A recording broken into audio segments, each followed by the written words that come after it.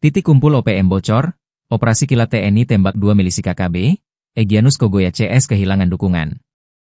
Sebagian warga mulai tak mau lagi mendukung pergerakan kelompok kriminal bersenjata, KKB, Organisasi Papua Merdeka, OPM. Hal ini terlihat dari bocornya informasi titik kumpul pertemuan kombatan OPM di distrik Tangma, Kabupaten Yahukimo, Papua Pegunungan Senin, 16 Juni 2025, dini hari. Hingga akhirnya, aparat TNI melakukan pengepungan di lokasi pertemuan tersebut. Dalam pengepungan itu, 2 dari 4 kombatan OPM dinyatakan tewas di tempat.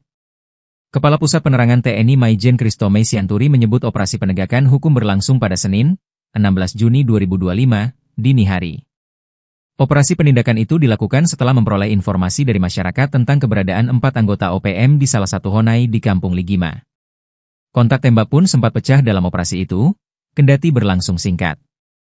TNI mengeklaim bahwa 2 anggota OPM yang tewas merupakan bagian OPM Kodap 3 Endugama, pimpinan Egyanus Kogoya.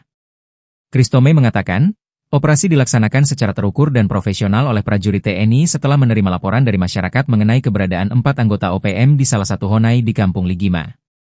Dari lokasi kejadian, aparat TNI turut mengamankan sejumlah barang bukti penting, antara lain 1 pucuk pistol revolver, 1 pucuk pistol rakitan, 5 butir amunisi kaliber 9 mm, 1 unit handy talkie, HT, 1 unit telepon genggam, 1 teleskop optik, dan 1 unit alat pengukur jarak Leica 1000 Yadsat.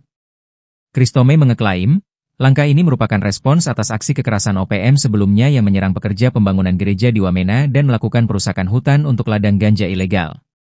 Pihaknya mengajak semua pihak yang masih mengangkat senjata untuk menghentikan tindakan kekerasan dan kembali ke pangkuan Ibu Pertiwi untuk membangun Papua bersama-sama dalam bingkai NKRI.